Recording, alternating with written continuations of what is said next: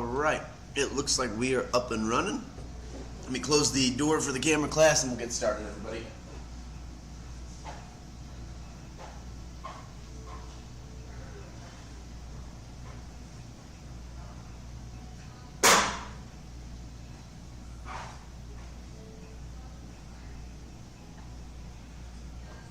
Alright, so today's class we are running intermediate cameras. Pull that up for everybody. So in today's class, welcome back everybody as well. Thanks for being here. Thanks for being here last week. This week is intermediate cameras. So last week we covered the very basics of button layout, where things are located on the camera. We talked a little bit about saving your images, making sure you have multiple SD cards, a couple accessories that I would recommend overall for any photographer to have, and then we got into the basics of taking good photos. And from there were some with perspective, some with talking about the rule of thirds, getting into cropping and making sure that we're filling the space. So in this class, we're going to break away from that. We've really gone over most of that information. Now we're going to start talking about more of the intermediate, moving into advanced territory. So for intermediate, let's start off where we're going to go through what we call the exposure triangle.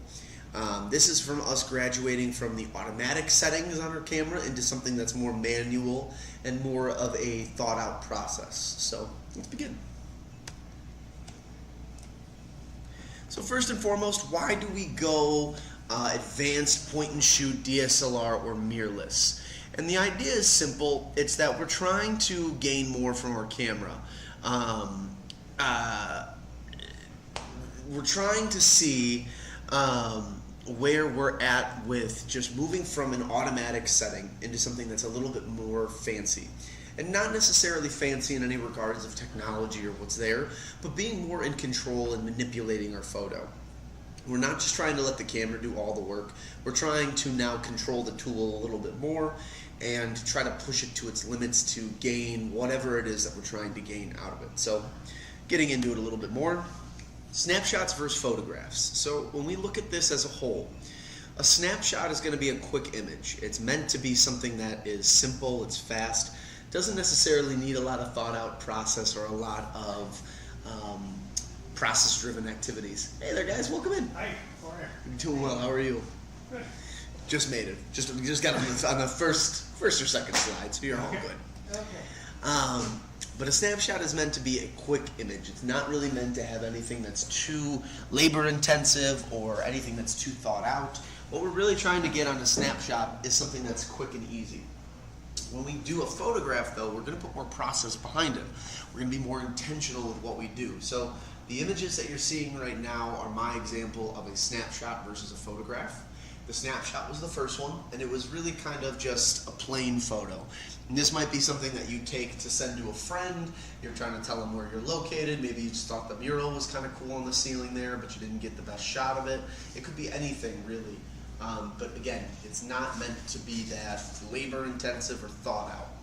When we get into a photograph though, we put more intentionality behind it. We try to deliver or get the most out of it. In this case, between the two, one was taken with my phone, the other one was then taken with my camera. On the camera, I controlled things like f-stop, I controlled my shutter speed, I changed my light metering mode and how that was dictating color. I changed my auto white balance. I've turned my ISO to a different number. I controlled those simple things on the camera that make it really give me more of a pop to my photo, to bring out more of the color and to accentuate the details that were there that we didn't necessarily get in the snapshot versus the photograph. So again, just to kind of say, a snapshot, not necessarily intentional, but not necessarily an unintentional photo, meant to be quick, not labor intensive, not thought out. A photograph takes a little more time, it takes some skill and some thought process, but really what it's doing is it's requiring you to think, to look at your situation or your surrounding and adjust the camera so that way it fires appropriately. And that's what we're trying to get out of our regular photographs in general. And that's what we're going to learn a little bit more about today. So step one, like I said from last week, we went over buttons, we went over layout of the camera, we talked a little bit about what goes into taking a good photograph. But this first step is to learn your camera. Again, every camera is different. Since I put this slide out here, since I created this for the presentation, Nikon has 3 new cameras on that list. Sony has about 5 new cameras on that list. Canon has a complete new lineup of cameras on that list. So there are so many different cameras out there. And we're not even talking about brands like Leica or Fuji or Olympus or Panasonic or any of the other brands too that make amazing technology and cameras. These are the big 3, the Nikon, Canon, and Sony. So start by learning your camera, go online, watch some videos. My class is helpful, but whatever you can do to further your education on the model that you purchased is always going to do a lot of good and take you far farther. A little bit more, so when we do get into more of these photo processes where we can edit and kind of manipulate our photo, it's important to also start thinking about editing software. So different softwares that we can get either by renting or paying monthly subscriptions, or by buying the software full and outright. Adobe being some of the most famous ones you'll see out there, and then other ones like Capture One Pro and Corel Paint Shop Pro, which offer fantastic editing softwares. But you buy them outright. So instead of paying $40 to $50 a month, you pay $300 or $400 for the software, and then you own it and you can literally have it for life. So not a bad idea, especially if you want to get into editing your photos. When we get into this more manual control of the camera, this territory, usually editing photos is that next step. And we'll talk more about editing actually next week in the advanced cameras. So last week we talked about staying on that automatic setting. Now for some cameras it'll just say auto. Others will say IA. Others will have a green mark on the dial itself, and that's going to then be the automatic. Now what I like to always refer to the mode dial as is your gear shifter in your car. It's your way to go into park, neutral, reverse, drive.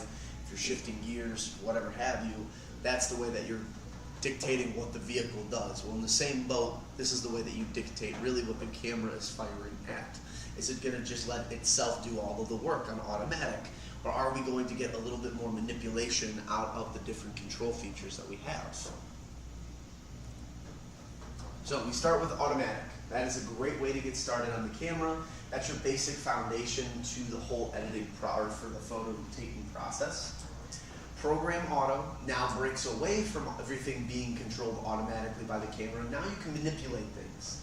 Your focus area, your exposure compensation, your white balance, your light metering. All these things can be controlled under program auto while the camera is still firing and doing what it's supposed to do. Then you have aperture and shutter priority. Both are fantastic features on there. Aperture priority is going to give you priority over just the aperture of the camera, which we'll break down in a little bit. And shutter priority is only going to give you control over the shutter of the camera, and the rest will be fully automatic.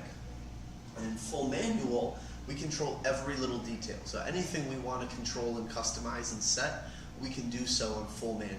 And that's important, and as I said last week too, always start with automatic. That should be your basis and your fundamental starting point. Program auto is also great. I would go anywhere between those two.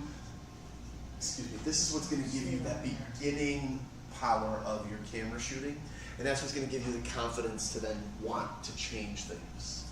If we move to manual or aperture priority or shutter priority without learning how the camera functions on automatic or program auto, we could possibly kind of psych ourselves out a little bit and then not want to push further because we're not getting the images that we really want on there. So start with those two and then move your way down.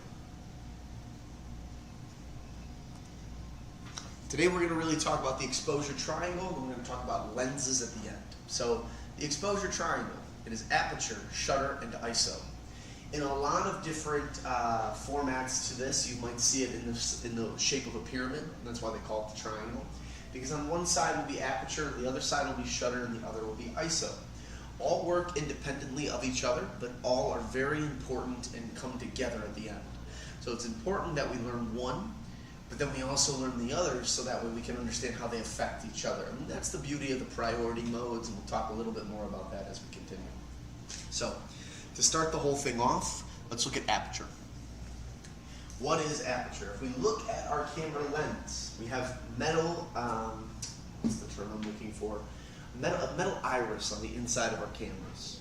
If we think about our human eye, when we are exposed to light outside, our iris gets really small.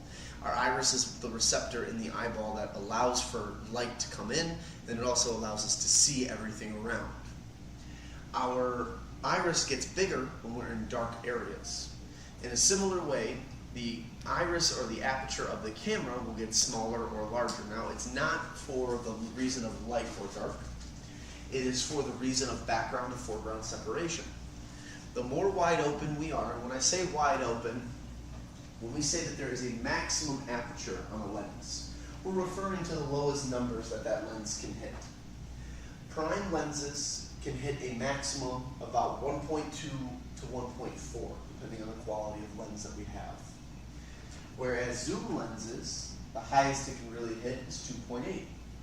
Now, going further from that, we might see some kit lenses, which we'll discuss later on, that have what we call variable apertures, where their maximum aperture is somewhere between maybe an f4 to an f5.6. And as we zoom and change our lens, that's going to then affect the maximum outcome of the aperture. Now, overall, what aperture allows us to do is to separate or keep together the background and the foreground. If we're separating the background and the foreground, what we're getting is then a blurred image, where we can blur the background out and focus on our main subject matter. So on the f1.4 example that we have there, if let's say you're trying to take a picture of maybe a family member or your friends or just your dog, anything in general, and we don't like the background, we might turn it to the highest aperture possible, the maximum f-stop, to blur the background out completely to just focus in on our subject matter. If we are, like the little diagram shows, maybe in front of the pyramids, we might want to then turn it to an f22 so that way we can see everything. However, the higher we go, as far as the number goes, the more or less light we're letting in. Therefore, the more work the camera needs to do, therefore the darker the image can be. So it's important to keep that in mind as you're changing these numbers. If you're on aperture priority, your camera is going to be then changing for you the other ISO and shutter speed. But if we're in full manual, we're going to probably have to readjust those other numbers in order to actually get an image that's visible on something like an f22, because of how little light is coming in via the metal shutters. However, on the 1.4, we can be in an extremely low lit area, and the camera is going to do its job to pull in as much light as it physically can. So it's important to keep that in mind when we're thinking about aperture. All numbers in the center then kind of give you the same relationship to background to foreground, where it's slowly starting to blur that background out, and we're really just focusing in on the subject matter. This is something that's you're going to see and notice as you take pictures and as you continue. And it's important to recognize that so that way you're able to adjust and change as you see fit. Let me give some examples now. So, we have two images next to each other.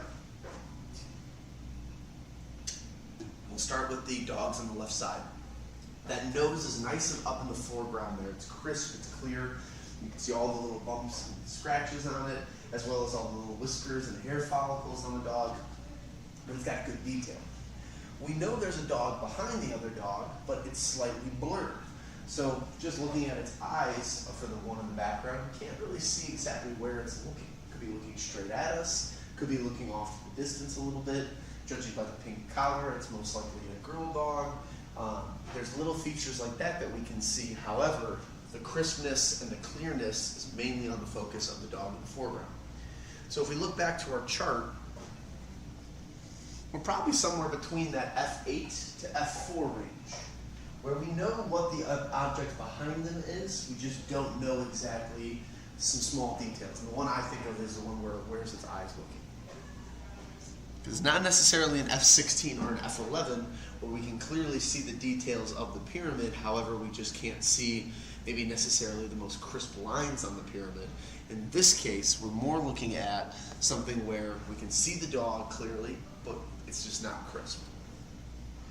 Now on the flip side of that, we have our squirrel. Now the squirrel itself is eating a nut or a berry of some sort, sitting on a log. The greenery behind it, we can see the color, and we can see some little signs of vegetation, so we can assume that the squirrel is sitting on a tree branch or in a park somewhere, and then it's nibbling while trees or green or foliage is behind it. However, that's really blurred out. So the detail from it is something we really can't see. So I would probably go back to the chart real quick. I think this is going to be a little bit closer to something like an f2 or an f1.4, where again we have a maximum aperture, a high one, that's giving us good foreground to background separation, really honing in on just what it is that we're looking at, which in the case of that photo is the squirrel.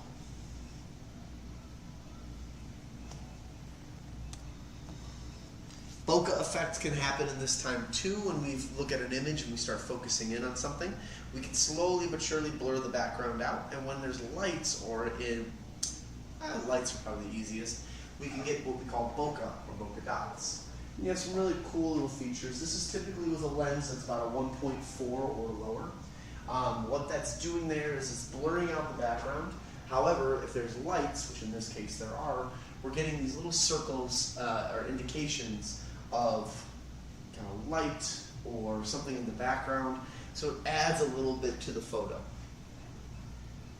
This can again be achieved when we hit a low aperture number or a high maximum aperture number like a 1.4 or 1.2 on the lens that we're using. Now, why would we want to use something like aperture priority? Before we talk about shutter, the reason we'd like to use aperture priority is to really focus on just the foreground to background relationship and letting light into the camera. In this case, we have either a cousin, a sister, a girlfriend, a wife standing a cliffside with a beautiful view behind, a sunset, gorgeous trees, and possibly a little town in the background, what seems to be a waterfall or a cove of some sort. We want to see the whole image. We would love to see the background and the foreground. This would be a perfect example of something with aperture where maybe we don't want to blur the background out. We want to focus in a little bit more on the whole image. So we can adjust other settings as well as keep a, let's say, high aperture on the camera, like a 22, like a 16, and still register what's available. In the same case, though, if she was maybe standing off to the side of the mossy rocks, we didn't have this beautiful background behind her, maybe then we want to blur that out. And we want to go with something more of like a 1.2 or a 1.4. That's the beauty of aperture priority and just aperture in general, is that it controls that relationship between the two, the foreground and the background.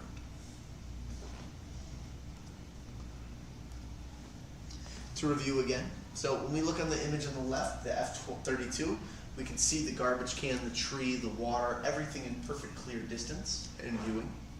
And as we slowly then lower that number to its highest maximum aperture, we are now seeing more of the other things of 2.8, that then being that the background is completely blurred out. And what was a garbage can hanging in the background now has faded away. Can you tell that something's there? Possibly, but that only in my opinion because you have the other images next to it, which really solidify that.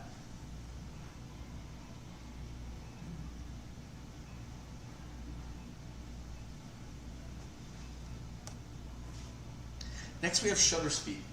Now shutter speed is another one that's kind of unique in the sense that shutter speed is helping us capture the image on a still plane. So if we're taking a photo and we have little to no movement, typically a 1/30 to 1/60th of a second is more than enough to capture something that really isn't moving too fast. However, when we get into something a little bit faster, like this person running, or just action or sports photography, we need to then raise our numbers. So half a second all the way up to 1/500th of a second. 1/500th of a second is going to be faster, of course. However, if we don't have a proper aperture set up and then we're using a high speed, we might be getting a black image because we didn't properly adjust all settings accordingly. However, if we have something that's moving or in action or in motion, using something with a higher shutter speed is going to be more practical and it's going to be preferred, so that we can capture that image in complete stillness.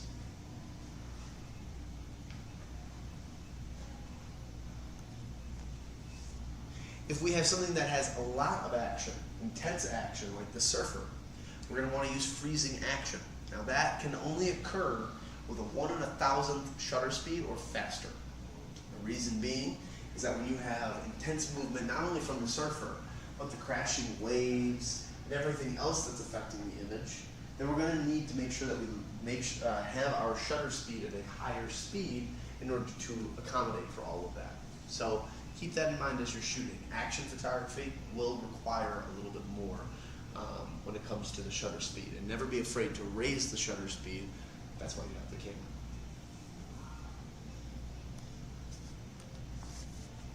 Another thing we might play with shutter speed with is to get the sense of motion. So in this case we have the hummingbird. The hummingbird is coming in either for maybe something to eat, or maybe it's got a bug in its mouth, which it kind of looks like it does. Something's going on. In the case though,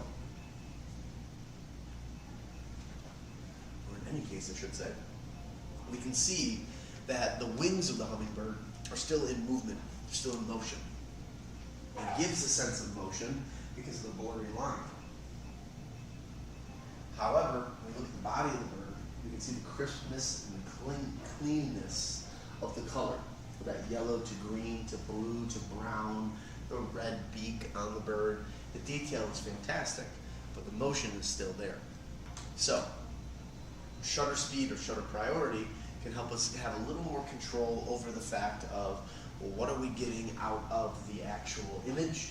How can we give it a sense of motion? Maybe turn the shutter speed down slightly, and instead of getting a completely crisp or clean image, the artist decided to just focus in on the wings having some blur, and the beautiful bird body and the color that's available there too.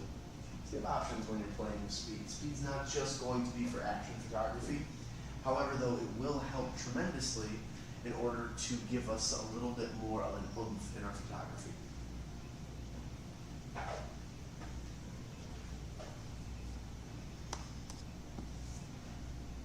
We can work on creating moods with long exposure. So long exposure is really cool. It's one of my personal favorite things to play with.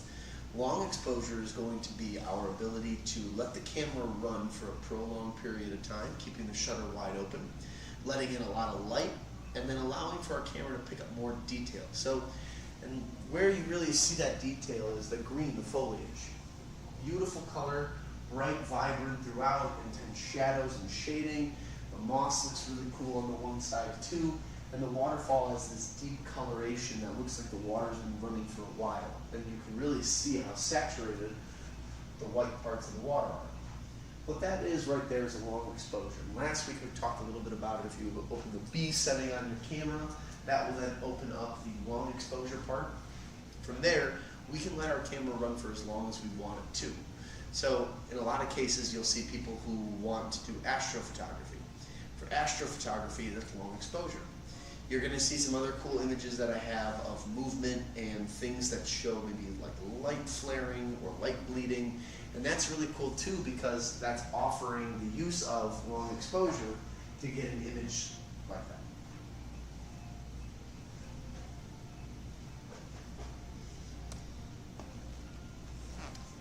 This would be another great example. You have long exposure. Here you have a train that's cutting past the station, and you can see how those lines zip across.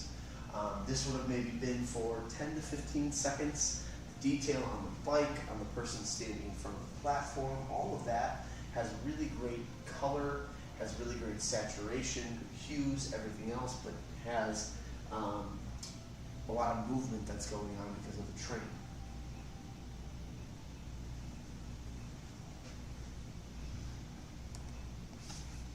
Now, why would we want to use something like shutter priority? I think this is a good image too. Just like last week, I showed that slightly blurry image of the girls toasting each other. In this case, you got some ultimate frisbee that was happening in downtown Chicago not too long ago. And with that being said, we can really see how blurry and how uneven the image is. If you're a parent or you're on vacation and you have something cool happening, it'll be really tough to just use your automatic settings, especially when there's movement and a lot of fast-paced activities. That might then render some of our images blurry and just not as good as what we had previously. So, using shutter priority, why would we want to use shutter priority? Something like this might be a great example. You don't want to control something like Aperture, but you want to just control something that gives your camera a little more oomph for what you're taking photos of. Well then, shutter priority might be that move for you.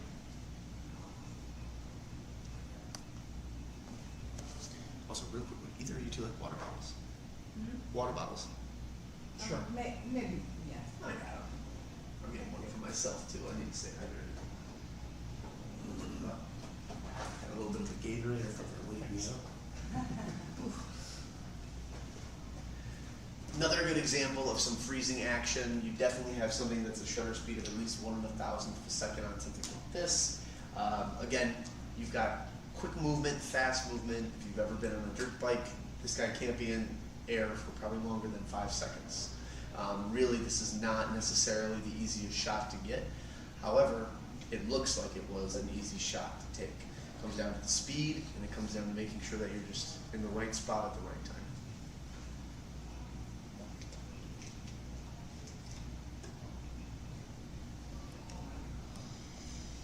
Now next is ISO. ISO is where things get a little trickier and it's a little more complicated to explain. However, ISO basically, for the most part, is your film. You ever shot with film back in the day? Let me take a look and see. Wouldn't that make, I had a question on there, my apologies to Dave K. Wouldn't that make the bike rider real light? No. So, to answer Dave's question, the longer exposures on these photos wouldn't necessarily make them lighter, because just like our image of the waterfall, where the long exposure is coming through, these are going to be the long exposures where the waterfall is. The water coming down is going to be the more saturated, the water coming down is the long exposure. That's why it's slightly blurry, because this is continuously moving the whole time. Yet areas like the green, where the sun is cutting through on this one, or where the moss is at its peak, are what's saturating the camera more, because we are standing on those, and we are sitting on these images, or sitting on this color, I should say, this spot, on both sides. And since the camera sensor is wide open, not doing a quick close of the shutter, it's collecting all the information that's in front of it, and these colors, these palettes that are there, are becoming more and more saturated because it's staying open for longer, if that makes sense. So, in the sense of then the train photo, the bike rider is going to then have a nice bright jacket. The bike color over here is going to be really saturated. The ceiling is going to have the watermarks and the damage on there. We're going to be able to see that vividly. Same thing with the light. However, the train that's cutting past, because it's coming in at such a great speed, we are going to then see the lights as they zip by. Because that train is just going to keep going in front of our camera, then giving us the image that we see here. And on top of that too, not only is the train then going to look a little bit lighter, so the train is going to look lighter, or real light. However, though, we can see even some stuff behind the train. The trains usually have that little split between the cars. So as that camera is but taking a long exposure photo, this keeps moving and moving and moving, then we're also going to see behind that train. So I hope that answers your question, Dave. But no, technically the bike rider won't be really light. Technically it's going to be more saturated because it's staying in one spot and not moving. However, the train and anything in movement might be a little bit slower. Or have less color, I should say.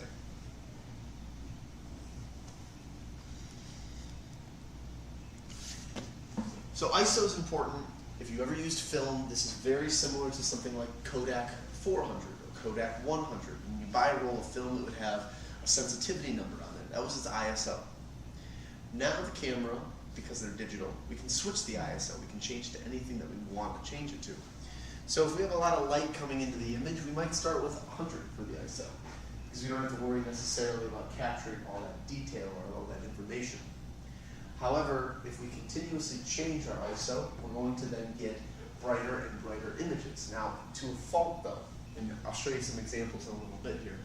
If we raise it too high, then we're going to get very blurry or pixelated images, and we're going to get noise is what we call it. But when you look at an image like this, I would say that anywhere between 200, I would say actually 400 or 800 are probably the two best out of this bunch. 800 probably would be my favorite.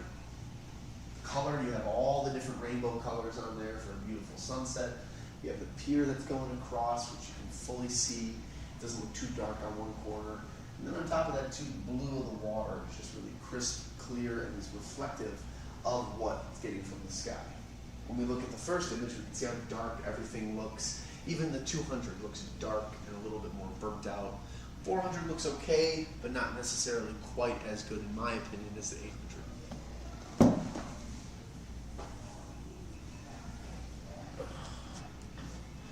Now, ISO and noise come into this too.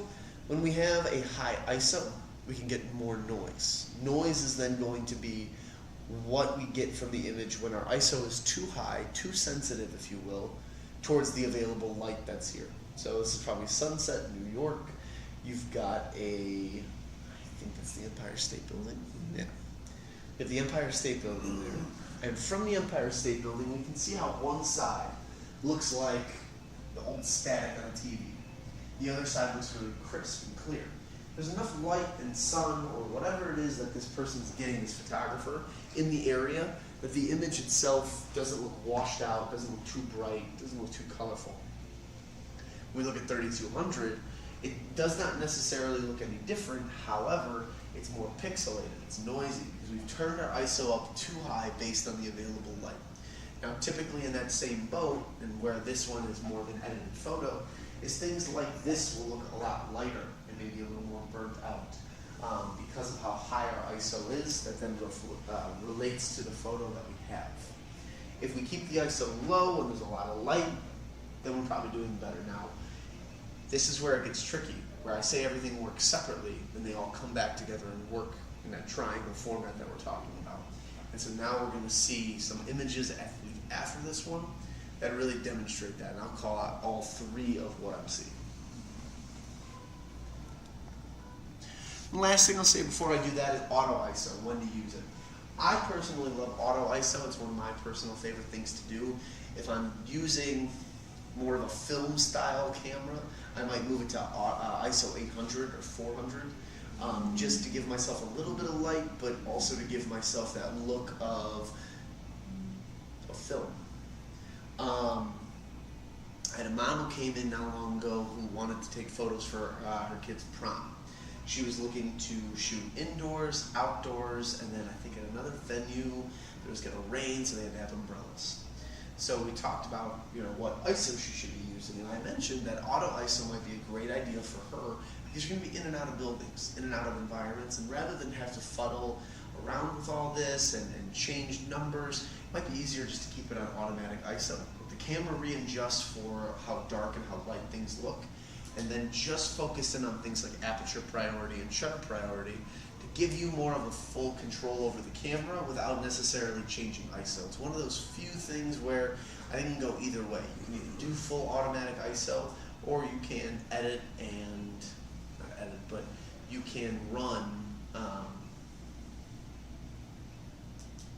you can run certain numbers, if you will. So if you want to run an 800, you want to run a 400, that's totally fine. But if you're going to be in and out of environments or buildings where you really just don't know, auto ISO is probably going to be a better one to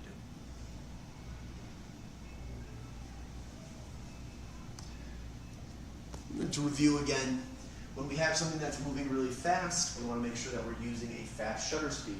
So 1 in 1,000th of a second, we can see how quick that is and how it's capturing the image in a nice still pose. As we slowly start to speed that up and slow it down and make the shutter speed slower, we're then going to notice that things get more blurry, they get less in focus. They don't necessarily have the same color, and the images get darker too as they go. On the top row, we have our aperture priority. Start with f16, we'll move to f1.4. We can see our piggies clearly in the background, our foreground. But however, as we start to get lower and lower, things like the background start to blur away. That's because we are now changing the relationship between foreground to background. And then last but not least is ISO. And again, for the ISO, we can see that on the one on the right and on the one on the left, we have 100 ISO, which is probably standard for something like the coins. And then we have ISO 2500, which would be really dark for maybe some DSLR cameras or older model cameras.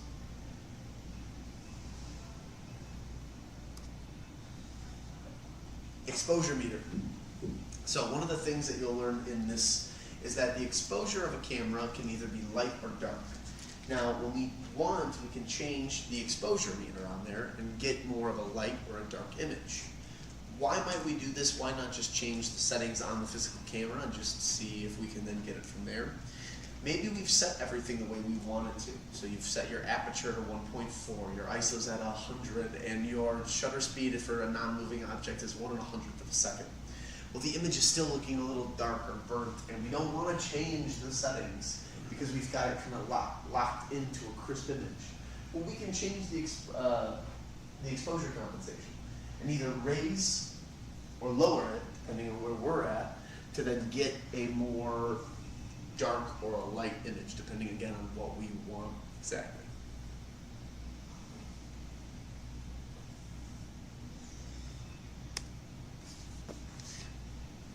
So, like I said, full manual is control over both aperture and shutter priority, as well as the other wheelhouse of different not accessories, but abilities that the camera has.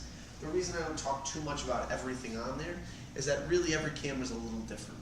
And while it's great to shoot on full manual, some people don't want that. They want something that's still methodical, planned out, and has a little bit more of that craftsmanship that goes into taking pictures. However, some people just want to get after it and get something that is a little bit easier with just aperture or shutter control on the physical camera.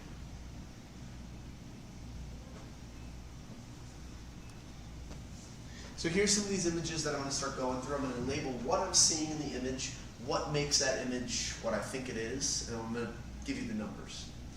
So for this example, you've got some pixelation in certain areas like underneath the bridge.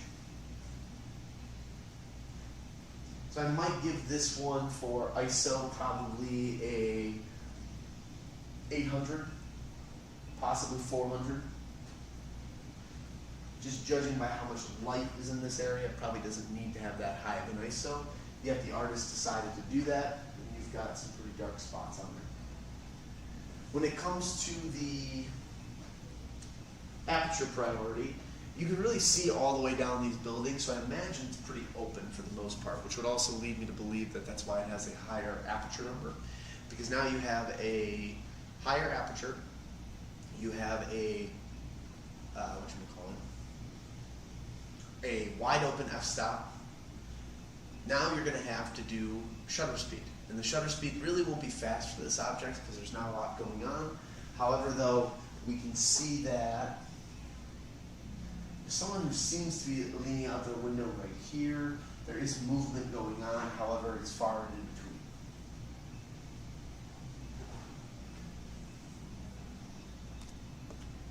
Now we have cherry blossoms. So the cherry blossoms are really cool. When we look at these, we can see the detail of the one in the foreground, and we can see there are others in the background, but we can't really make out how nice they are. So for aperture-wise, I probably would put this at a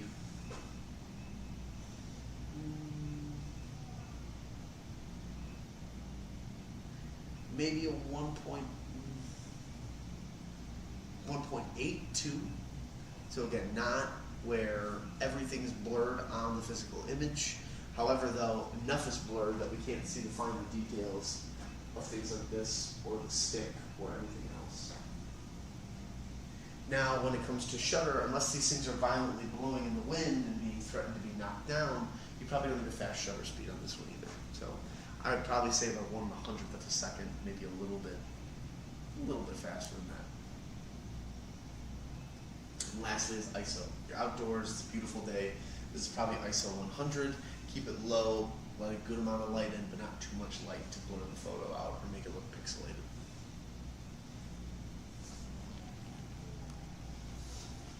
Here we have our fireman. You have one fireman that's walking towards the camera, another one in the background. Much like the dog photo I showed in the very beginning to describe aperture, in this case we have something similar. The fireman in the front, full detail, you can see everything. ISO should be low on this one. I probably would say about 200 to 100, just because even if this is a staged image, There's really not a lot going on in pixelation world within the actual driver's scarf or neck protection or strap. Everything has its true colors. As far as the aperture would then go, I probably would put this, like I said, like I did with the dog. So probably 5, maybe a little lower than that, just to blur that background out. So you know where the fireman is, but it's not necessarily in your face. And then shutter speed, if this guy's moving, I probably would say 1/300th of a second. But if he's standing still and just kind of posing for the photo, maybe 1/100th of shutter.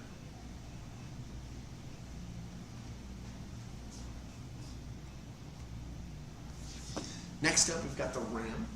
So when we look at the horns on the ram, we can see the detail in there. Now this is one I always joke about with students when they come in. I can't tell if this is a stuffed ram or if this is a real ram. When you go to somewhere like the Field Museum, they usually have those cool animal exhibits where they'll show the habitats where everything is, and they'll have an animal that's stuffed, and so you look. Just usually these guys are really aggressive, and this seems to me like it's a little bit more of a long exposure or just a really nice camera. The detail in the horns is gorgeous. The shadowing is fantastic on the bottom half, and there's really no pixelation. So ISO is probably going to be more on the low side. I'm just more curious on the shutter speed, because if they're doing this much detail, then it's probably like half a second that this is staying open, which is a pretty long time. If they've got a tripod, they'll really get some good information off of that. Aperture priority-wise, or aperture mode, or aperture numbers. When you're looking at the background, you can see it's blurred slightly out of focus from there, but it's not necessarily so far out that you can't tell what it is.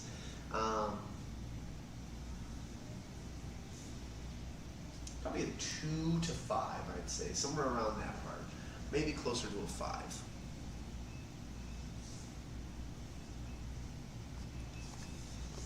Get some dogs playing frisbee. Easily 1/1000th of a second shutter speed. You've got movement, you've got action. Aperture is going to be super low. It's going to probably be a 1.4, 1.2, depending on the type of lens that's being used, just given how nice and blurred out this background is. And then last but not least, you have the actual ISO, which in this case, I really wouldn't say it's going to be high. Again, there's a lot of sunlight coming down. Sun is cutting through on the top of the dog, more on the ground here, and then on the other top of the dog with the sunlight hitting right there. So,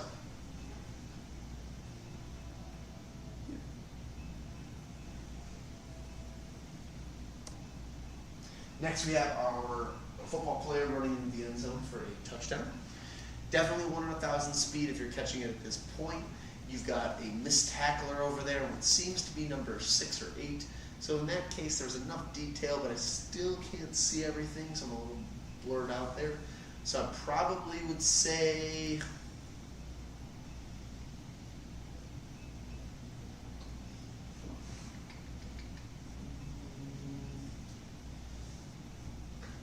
blur it out, but not quite enough. I probably would say close for aperture to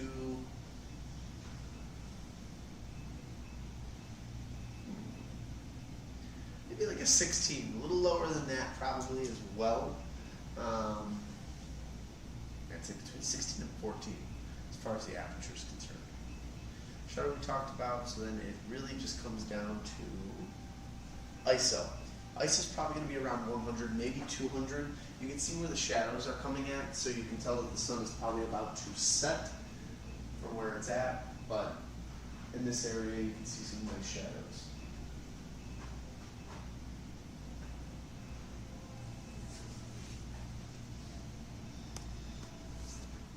I believe this is the last one. This is a long exposure. The reason I can tell it was a long exposure is you can see these red lights in the very background. Those are trains or cars that have sped by. ISO is probably going to be a little lower, or a little higher, I should say, because we're outside. However, it feels like it's a lot higher than it should be. I'm going to put this one closer to 800 or 1000 possibly for the ISO. And when you look in the sky area, you can see a slight pixelation on there. The image overall too boasts that these lights are really big, and that's probably light flaring that happens from the lens as they're shooting. They weren't able to necessarily use a filter or use something to cut through that ultraviolet light, which actually not ultraviolet, but this type of light, which would then cause flares, especially for long exposure photography. So the sensor's too high, ISO is maybe too long. And as far as aperture is concerned, we really can see the whole image. A slight blur on the background maybe lead me to just below 22. However, I can still make out most of that pretty clearly.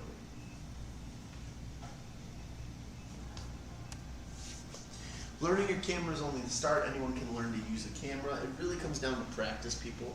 I can't say that enough. The more that you practice with your camera, the more it'll make sense. I have a lot of people that come in, they're so excited, and then before I know it, they're coming back again for the beginner class because they just have not picked up their camera and they just practiced. You know, I can tell you till I'm blue in the face what settings or what controls you got to use. However, though, cameras for the most part are really trial and error. It's going out there, taking pictures, trying to change things on the camera, see where that takes you. A lot of people, what I've noticed is they'll just stick to automatic, or they'll find one setting they love and they'll never really grow from there. I joke, I'm a darts player. When you're throwing darts, you get really good at hitting the 20. But the 20 is only one number out of a huge board, and sometimes you miss the 20 and then you get frustrated and it just kind of keeps getting worse and worse. And if you don't know how to hit other numbers, it's not really going to help you improve your game in the long run of things. So having one setting on your camera that you're really comfortable with is great. It's a great way to get started. Automatic, program auto.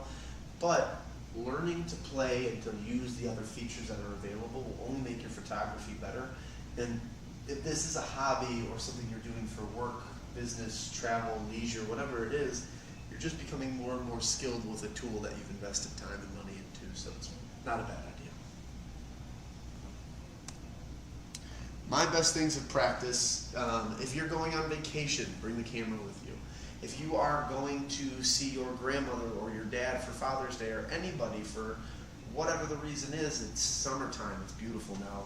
Not today, it's a little humid, but in general, practice. Bring the camera with you, try it out. Keep taking classes. My class is one thing. There are so many other programs out there. I was just talking to somebody who came in. They do non-accredited classes over at Oakton Community College. I forgot how much she said the classes were, but she gets to go in and talk to a professional. They give homework assignments based on photography where they'll tell her what to do. She's in her 50s. She just wanted something to do in her free time, and that's what she decided to go with. It's not a bad deal. YouTube channels YouTube is still my favorite resource out there. If there's no video on YouTube on a certain subject, I'd be very, very shocked. I've learned how to remodel my entire bathroom off of YouTube. However, though, when it comes to cameras, there are so many camera nerds out there and people who just love the products that will break it down for you in languages you might understand or very techie or nerdy languages you don't understand. But there's a lot of people out there that will tell you about just your camera and your camera alone, tell you features you need to use, lenses you need, all sorts of stuff. Workshops are great too if you can meet with people who love cameras, who love talking about things. It can only make you better, and it's nice to learn from your peers as well and just kind of see what they're doing to help you. And then, like I said, with practice travel, get out. If you're going on vacation, if you are thinking about doing a vacation, do it. Bring the camera with you. Some recommended accessories before we get into more lenses. I definitely recommend a bag, an extra battery, memory card, and a lens cleaning kit. I think those three are the most necessary accessories overall that you can purchase. However, though, a strap is great. If you don't like the strap that came with the camera, they do make more padded straps, which are fantastic. And I would definitely recommend those if you have a sensitive neck. Tripods, if you have shaky hands. An external hard drive is also fantastic if you don't want to save your photos on a cloud. Filters, both polarizing and ND, and additional lenses. Those are great accessories, but if I really had to tell you, you gotta buy these things, I'd say the top 4 should be what you're getting. Out of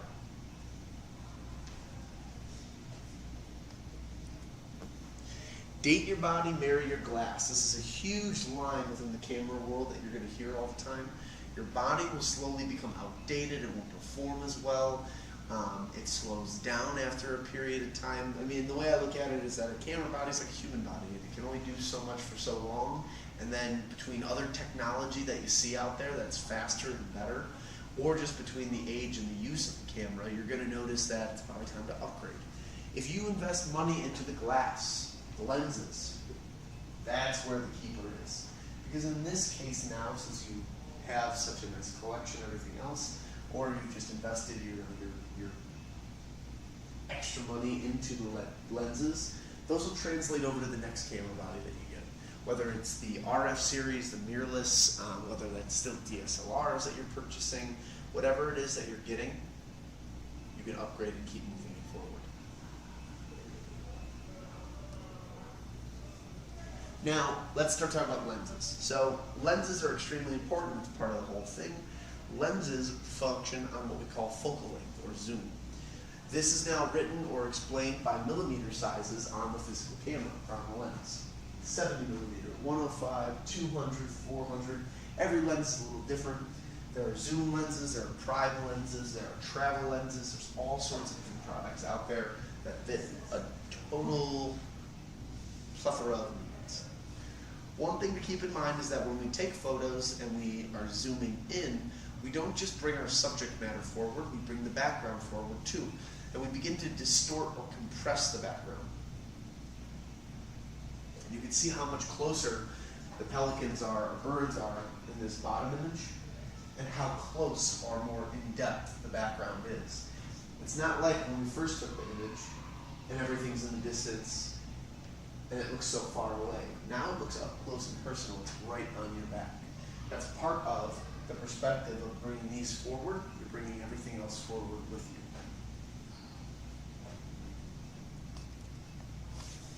Here's another example. So when we go wide angle, that's fantastic.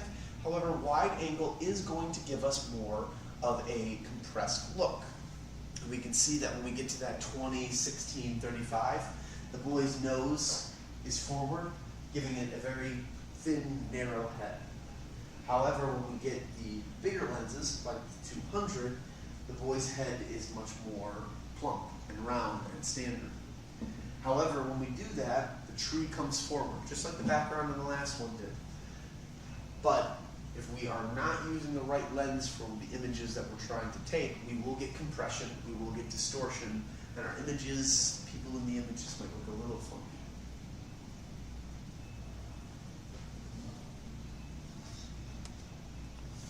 So here are the common lenses that you'll see out there.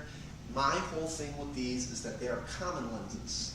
At the very end, I will tell you lenses that you need, and I put quotations around that because I think everybody's up to themselves to make their decision on what exact lenses that they need or they think that they need.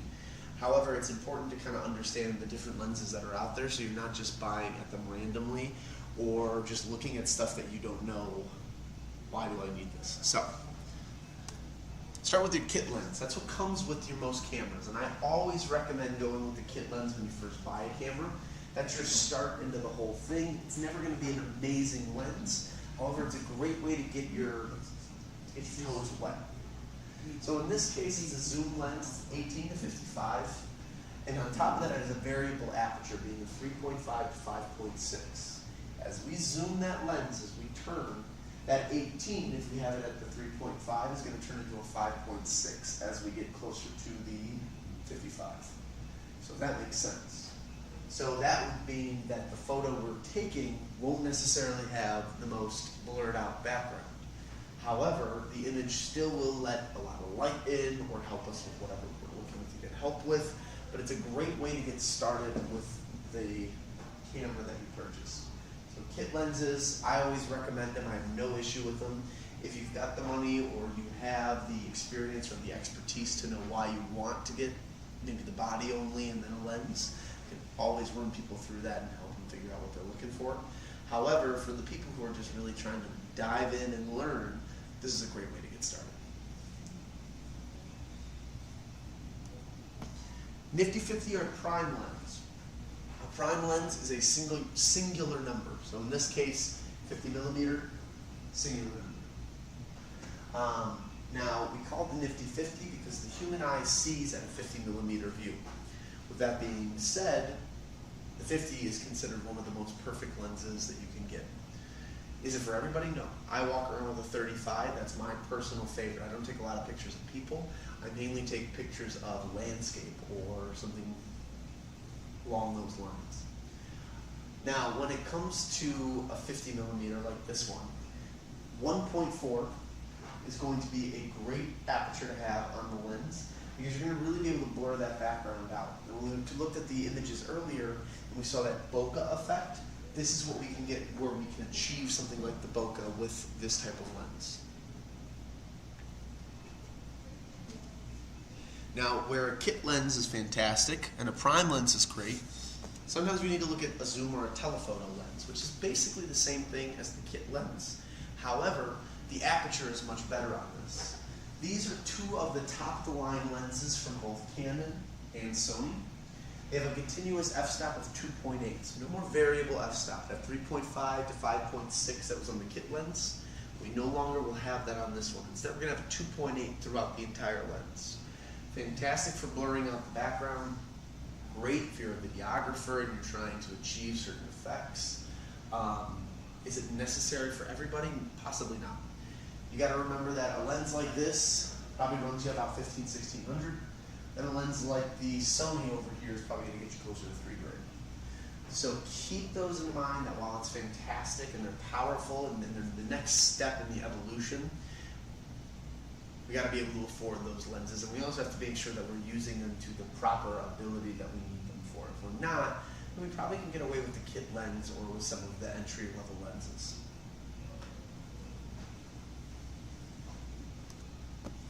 Again, prime versus zoom. Prime lens, one singular number, maximum f-stop, usually somewhere closer to that 1.2, 1.4. Great background blur. The only downside is that when you want to take a picture, if you don't like the angle of view that you're in, you're either going to get closer with your camera or back up with your camera because you can't zoom. Whereas with the zoom lens, you're getting that 2.8 continuous if you go with one of their higher end lenses, and that's to say the same thing with the 50 as well too. Let's see, my 50 in my collection, I believe, is an $1,800 lens from Sony. So again, it's one of those things. Does everyone need it? Probably not. But it's fantastic if you know how to use it properly. When it comes to the zoom lens, on the other hand, though, this is probably about a 70–200, so you get that variable zoom. If you need to get closer, you don't necessarily need to move your body, you just zoom the lens. You need more of a wide angle experience, you pull back. 2.8 continuous f-stop on something like this one. It's going to be really nice for background blur, but not necessarily as nice as our portrait lens here. And then lastly, too, heavier. Most of the time, zoom lenses are going to be a lot heavier than our standard prime lens, and that's going to be the other big selling point on there. A lot of people like the idea of a zoom lens, and then all of a sudden they get it and they're like, I hate this. It's too large, it's cumbersome, it's bulky, I can't wear it around my neck, it hurts, etc. I've heard every excuse under the book. And lastly, and this is one of my personal favorites, and I recommend this to people all the time, the good old-fashioned travel lens. Travel lenses are typically kind of a step above the kit lens, where they offer basically the same features and stats. So in this case, it's a 3.5 to 5.6. So not really good foreground and background blur. However, it's an 18–135. So it's going to be a wide angle into a really nice zoom. So if you're going on vacation, you're on a safari, you're going to the Bahamas, I don't know, whatever have you. If you want something that has the zoom, that has the ability to take wide angles, take a portrait, to do kind of a little bit of everything so you don't have to constantly sit there and change lenses, this would be a great option. And I do sell a lot of the travel lenses because they're just a convenient option for those that don't want to switch a bunch of lenses. Some people like to, or want to start off with photography too. They don't want to invest too much into it. This is a great way to get started where you're covering all your numbers. However, you have one lens, and they're usually pretty economically sized too. And price-wise, you're probably looking at $700 or $800 lens, depending on the camera body that you just bought. So.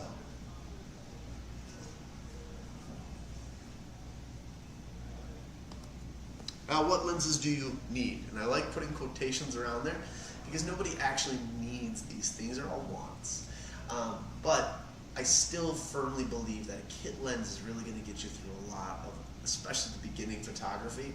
And I strongly recommend starting with that until you realize, oh, okay, I need to get more of this, or in what I'm trying to achieve is X, Y, Z. So I should probably get this lens to do that. The only way you're going to learn is through practice. But the lenses you need, this is considered the holy trinity of lenses. The 50 prime being the one on the top of the pyramid there, that's going to be the number one. Now I say prime lens as well too. Some people don't like the 50. The 35 prime, the 85 prime, all fantastic lenses. Good background and foreground separation with the aperture. Good portrait style lenses too, the 50 being the most premier. The 35 being a little bit more of a distortion act, but if you get the right angle with the 35, it's fantastic. And the 85 being a little bit tighter from the both. All great, all fantastic, but all usually come at a little bit of a higher price point based on whatever camera it is that you're using. 24 to 70 is one of my personal favorites. I love it. If I'm not using my 35, I'm using a 24 to 70. That is going to be one of the most ultimate street photography lenses because it does a wide angle into a portrait.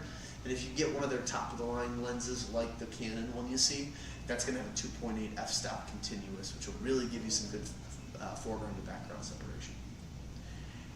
Lastly is the 70 to 200. And I put the 70 to 200 with a little plus symbol next to it because at this point in time, if you need to get something that's more than that, they make a 100 to 400, they make an 800 prime, they make a bunch of different ones. But those are great lenses if you need distance or zoom.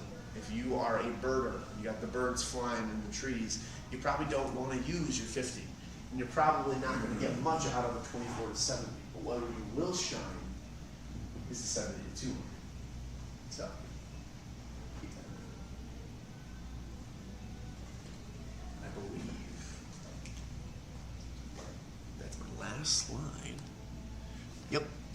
Next week is going to be the advanced camera class. That's the third Thursday of every month. That one we're going to be talking about photo editing, what to do with our photos after we're done taking them, and then we're going to get into a little bit more about advanced accessories and things that can really help either your content creation or your videography profession or just photo in general. We're also then going to break down a lot more video-oriented details too next week as well. That's all I got for you guys. What questions do you have for me?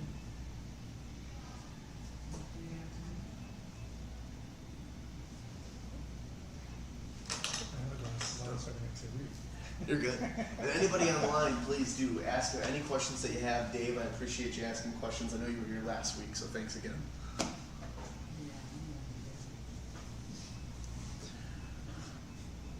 So you talked about setting the ISO to auto. Yeah. Yeah, let's take a look. You do that. So it's on auto now. Yeah, ISO should be a different setting. And well, it is. Yes, so we have the camera turned on for you menu. We go into our manager. Actually, it won't be there. It should be under. There's two options. ISO sensitivity, I think it's on it. That's our sensitivity. The sensitivity on there is going to be great. So, auto, and then we can change. Okay. So you can do whatever you'd like. Your camera has a maximum of 3200 ISO, which is a pretty good number for the model of camera that you have. Some of these new cameras can literally get up to 500,000 as far as their sensitivity on there. Sony is the most famous for low light sensitivity. They really pioneered that technology. However, though, 3200 is going to be more than enough. I would, however, recommend auto. I think that's probably one of the better ones to be on, just because, especially if you're bouncing from in and out. You've got a day like today where it's overcast and it's not. I think something like auto would be a good way to go. That way you don't have to keep switching and changing stuff. You can, absolutely, but to me it seems like a pain. So it's very rare that I use a setting on there. Sometimes I'll emulate film, and I think I mentioned it earlier. 800 is a good one for that one, depending on the settings that you have on the camera itself.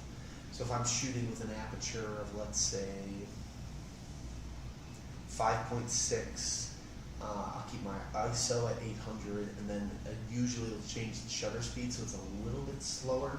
So that way I get a good amount of color. But the way that the color registers with the camera and other settings, it kind of looks almost like film. So there's like little things like that that you pick up on or you learn, or you watch a couple videos online and people will give you tips and tricks on that. But yeah, I would keep auto at ISO, or sorry, ISO at auto. And if you want to experiment a little bit more, you can always go in and set it to 800. That's 800, 400. If it's really sunny out, 100 is a great number, and then you just kind of keep playing with it. But yeah, there's no one number to do when you're shooting with the ISO. Yeah. And I can't remember, this is the lens I wound up with. This is an older camera. I think I bought it in 2010. 18-105. This is fantastic. So this is a wide angle. Your 50 is going to be your perfect portrait, and then a little bit more oomph, 105. So not necessarily a birding lens. It's not going to be as big as something like that 70 to 200. However, if you're going on vacation and you're trying to take pictures of kind of everything, that would do you pretty good. You can find things that are like an 18 to 200 or even like that 18 to 135. This is basically the next step up from where you're at currently. So yeah. But right now, it's just practice with it on Fantastic. auto. Yeah. Practice with the auto, and I would start experimenting. And the one I would really play with, especially if you're comfortable with auto, is try any of the other ones. The aperture priority, the shutter Oh, priority. so that's aperture priority. Yep. So Okay, M is manual, Yeah. A is aperture, okay, S is shutter, P is program auto. okay. Automatic is the easiest because it's just going to do all the work for you. Stay away from mode. Right, settings. I I remember never that use last those. week. However, though, I program auto a bunch. That would give me some flexibility to change a couple things on there. But the one I really love is, I personally love aperture priority. The ability to control that foreground to background, depending on what I'm doing, if that's portraits or if I'm doing wildlife or wilderness, or whatever it is. I do a lot of that photography for non-for-profits. And in those, sometimes I don't care about what's going on in the background. I just need to focus on the dogs that I'm taking pictures of, or the event that I am with people, cheersing and having cocktails. And so the ability for me to get rid of that background is blur it out slightly and just have the nice glasses clinking.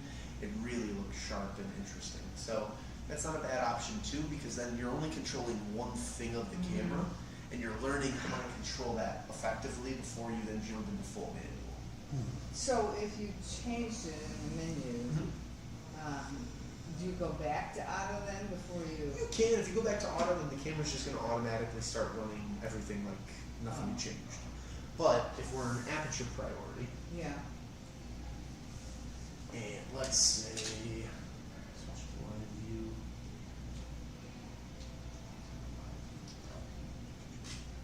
So if I switch to this, now if I change the number right here, that's going to then change my aperture.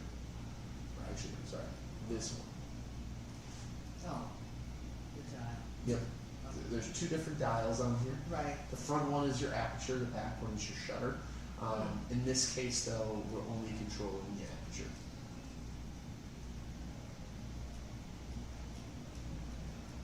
Not a bad one to try out with. All that's doing is taking those little metal shutters on the inside and making them either really small or wide open. And then if I always want it on this and not using it, it's just live view. Live view. So Okay. because this is a DSLR, what it's doing is it's basically flipping up the mirror or flipping down the mirror. Flipping up the mirror will then allow for all the light to come in and hit the sensor, and then the sensor relays it back to the screen. When we're doing live view, the mirror is now down, and so it's the light is coming in, bouncing off the mirror, hitting a pentaprism that's located up here, and then shining through your viewfinder. Okay. That's why when the camera's turned off, you can see through the camera. Mhm. With a DSLR or a mirrorless camera, So this is live view. yes. With a mirrorless camera, you won't get that feature anymore. And the live view feature really just goes away. What then tends to happen is with a mirrorless is when you're shooting, it's always on the screen. But the second you bring it to your eye, it blacks the screen out, and now that's all you can really look through is that. Not a bad thing to have on. I do like both. But yeah, the LV on there, Las Vegas button is the other joke I make. That'll control whether or not you look through the screen or you're just using the viewfinder. Okay. If you are just using the viewfinder too, usually if you hit the display button,